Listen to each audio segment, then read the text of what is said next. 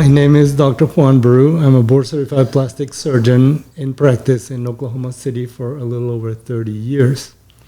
And this is the first in a series of podcasts that we're going to create just to disseminate information in potential patients or actual patients that come to see us all the time. I want to introduce you to Nicole. Nicole Perez is my patient care coordinator, and she handles most of the inquired calls for plastic surgery of any kind. And she knows what patients want to know about these procedures, so that's why we have her here helping us out to disseminate the information. Thank you, Dr. Brou. So I'm going to ask you some of our patients' most commonly asked questions. Very good. I get phone calls every day, and people are always asking how many years you've been in practice. So you have been in practice for over 3 decades now. Yes, that's correct. So tell us a little bit about that. Well, I'm going to start with a little bit of history. Yes. I came to Oklahoma in 1990 and joined the University of Oklahoma as a faculty member. And I stayed there for almost 5 years. And then I opened up my private practice. So I've been in practice in Oklahoma City for 30 years. As a matter of fact, this year's 30 years. So I know that you are a board certified plastic surgeon. Yes. And I always make sure when I'm talking to patients on the phone that I let them know the importance of you being board certified. Can you tell us a little bit more about that? Yes, the process of board certification is a long one. First of all, you have to receive training in an authorized training program. I did my residency in plastic surgery at the University of Texas Medical Branch in Galveston, Texas, 3 years. And then after that, I joined the university here in Oklahoma. Okay. Yes, so when you are applying for board certification, first of all, you have to come from a program that is approved by the certification process, like Galveston. Second, you have to take an oral examination. But first, you have to take a written examination. So after you pass your written examination, the oral examination consists on you collecting the information in 20 of your own cases that are reviewed by a panel, and the panel will ask you in person questions about your cases. Okay. And once you pass those 2 examinations, then you get board certification. Very nice. Yes. So what does that mean to the patient? I always reiterate that it ensures their safety. Well, it's the highest standard in training, the process of board certification. Yeah. Yes, and then you have to come from a program that is an accepted program. There are physicians, like in the state of Oklahoma, if you have a license to be a doctor, you can do whatever you want within your office environment, for instance. If I wanted to do neurosurgery in Oklahoma, I couldn't because I have a license to practice medicine. Okay. So long as you do it within your office or something like that. Because if you need to do this surgeries or practice in a hospital, the hospital is going to require that you're board certified. Okay. So if I want to do neurosurgery in a hospital, they will say, well, no, you can't. Show me your certification, show me your board certification for neurosurgery. Okay. And I wouldn't want to do that either. I want to keep my practice to my area of expertise. Okay. What would you say is your expertise? What surgeries do you perform most often? Well, my career has been very different at the beginning than what it is right now. So initially, I did a lot of reconstructive cases that were very interesting. Craniofacial surgery, maxillofacial surgery, closure of pressure sores and things like that. Plastic surgery is one of the specialties that has the most variety of cases. That's what I like about it. And then as I opened up my private practice, I started to center more in the practice of cosmetic surgery. So in other words, things that are done to improve the image of the patient. Okay. Yes. Breast augmentations, I understand to be one of the more popular procedures. It's definitely a very popular procedure. That's the one I probably get the most phone calls about. Good. Can you tell us a little bit about breast augmentations or some of the more popular implants that are on the market? Yes, sure. Let me talk a little bit about breast augmentation. And I think the reason why breast augmentation is very popular is because breasts are really a symbol of femininity in women. And therefore, it's important to enhance the look of it because of that feminine touch. And oftentimes breasts are not ideally shaped. In other words, they may not be that pretty. Or if they were, at some point they're going to lose volume or change shapes, and people are going to want to correct that. That's when I come in. Yeah, that's when you save the day. Yes. And implants have been developed to produce this contour that makes the breast pretty. And so that's why they're so popular, because there's no other way really to enhance the breast shape and form other than using the use of fat grafting. And fat grafting is very nice and natural, but it doesn't compare exactly to what an implant can do. Because the implant not only enlarges the breast, but it also enhances the contour of it and gives projection, which is sometimes something that you cannot achieve with fat. And oftentimes patients just don't have the amount of fat that will require for an augmentation. So we deal with that. I definitely get that question as far as what's a better option for me. Is it the implant? Is it fat grafting? And I know oftentimes you educate patients to let them know how much of that fat may actually stick around versus how much may not. Yeah. Is that true? Yeah, don't get me wrong. I mean, I'm not saying that fat grafting doesn't work. As a matter of fact, I use it all the time, not just for breasts, but for faces and for buttocks and other areas of contour. But the problem is that, or maybe not even a problem, but the thing is that breast implants very easily achieve what you're looking for compared to fat grafting.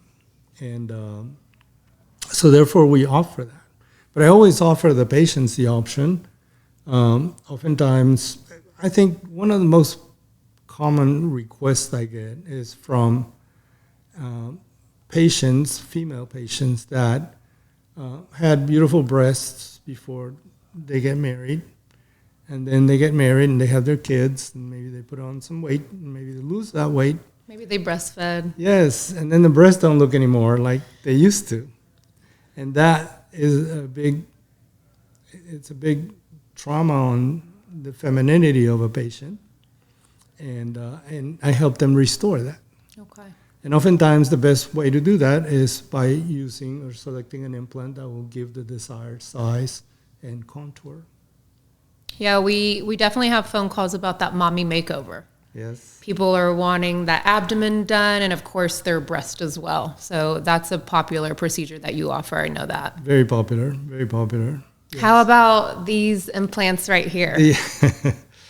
Yeah, so breast implants have a long history, and there's many iterations of different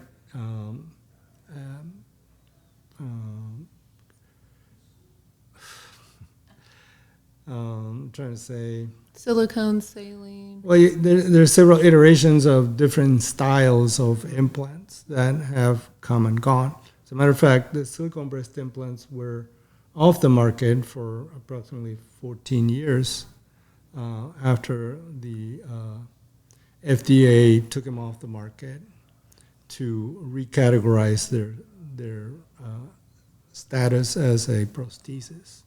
Okay. And that took 14 years until the silicone breast implants came back to the market after extensive research and approvals studies. So the initial silicone breast implants had a very thin shell and they rupture easily and they cause all kinds of problems. And the silicone was not a very well developed silicone, so it was runny and it would migrate through the body. And so they were taken off the market. And then that was replaced by saline implants. Saline implants did well, but they're not excellent performers. And therefore, sometimes they rupture and you have deflations. And if the patient is thin, the implants show rippling and waving and things that are unpleasant. So the longevity wasn't there as much with those either. Correct, and the performance was not that great either. So, so the silicone breast implants, after 14 years of study, were put back on the market, and we haven't looked back ever since. So then we looked at the second, third generation of implants, and right now. The majority of implants are in the fourth generation, but Motiva, these implants, these guys right here, are in the fifth generation. Okay. So they're ahead a little bit. So after the silicone breast implants came back to the market, we had 4 players. One was Allergan with the Natrel implants. The other one is Mentor. And also the Sientra implants. So 3, that makes 3. I'm missing one, right? Okay. Yeah, so Motiva is a newcomer in the market, particularly as a newcomer in the United States, but they've been used worldwide for about 14 years. So they've proven their effectiveness. They're from Costa Rica, correct? Yes, interestingly enough, yes, they were devised and they are produced in Costa Rica. And they have gone through approval studies in the United States. And they just recently published their 5-year approval study. And they have impressive numbers. And that's why they're capturing people's attention. Because, for instance, their capsular contraction rate, and I will get a little bit more into what I'm talking about with capsular contraction. Okay. Their capsular contraction rate is 0.5% versus the other manufacturers that have 6, 8, and 10% capsular contraction at So 5 it's years. significant in comparison. So it's significant. So there's 3 main things that we look at when we're talking about complications of breast implants. So one of them is capsular contraction. And what is capsular contraction? Capsular contraction is when your body forms this sort of a scar or a barrier around the implant, and it thickens and it pulls, so it makes the implant hard and natural looking. So it's an undesirable effect, and it needs to be corrected. Is this painful for patients? May they It could be. experience? Okay. It could be. I mean, in the extreme cases, it could be painful, yes. So capsular contraction is one. The other one is rupture rate. So the implants have a tendency, they just are subject, like anything else, to wear and tear. So they move inside you, and then eventually they find a weak spot, and the silicone comes out. So the rupture rate is also tremendously better in the Motiva implants. And it has to do with their technology. And I'm going to peek here to repeat the name of this technology. The silicone, I understand to just be much more cohesive. Is that right? So in comparison to what Correct. So, it used to be, it's much thicker in consistency? So let me just say that the other implants, the other manufacturers, are stuck in the 4th generation implants. And they have not improved those products in a long time. Whereas Motiva comes in with the 5th generation style of implant. New technology. New technology. And what I was referring to is the true monoblock. So the way these implants are made is as a one piece. Don't ask me to explain that because I'm not sure how that goes. But that makes a big difference in terms of the resistance to rupture. Okay. Yes. And then also in that rippling as well, right? It affects that as well? Yes, so they're very nice and they're very malleable, and they come in two styles. They come in many styles, but two main groups. One is the round implants, and the other one is the ergonomics. So the difference is that the round implants are a little bit more firm and do project better. So when you desire that kind of result, that's the way to go. It's like a higher profile on the chest? Well, the profile is different. Okay. Because the profile, you can get different profiles on the rounds as well as on the ergonomics. But this has to do more with the softness of the silicone itself. Okay. So if you want something more malleable that adapts to the shape of the breast, you need to think about an ergonomic. But if what you want is projection and contour, then you need to choose the round implants. Okay. Yes. So it's really come a long way. I mean, the options are definitely there. The technology is there. And you said that they've been out for 14 years now. Yes. Yes. So I have some numbers here that I may want to share with you. So it's been used in 86 countries. And there has been 140 plus scientific publications on this implant. So it's not that this is a last minute thing. These implants have been in the market outside of the United States for a long time, and they had a chance to prove themselves as safe. And that's why we use them. And as a matter of fact, when people come for breast augmentation surgeries, I think that would do them a this favor if I didn't explain this new set of implants that are available now. Absolutely. Yes. What can our patients expect in consultation? Well, that's a very good question. So our consultation process is very thorough. And I see patients that are interested in primary breast augmentation. By that I mean people that or patients that have never had any surgeries yet, and they're looking for an enhancement. Now, these patients may require a simple breast augmentation, which is inserting an implant behind the breast to enhance it. Or they may require more intervention, such as a lift or something like that. So when you have a breast that doesn't have an ideal shape, then you need to correct that shape to enhance it.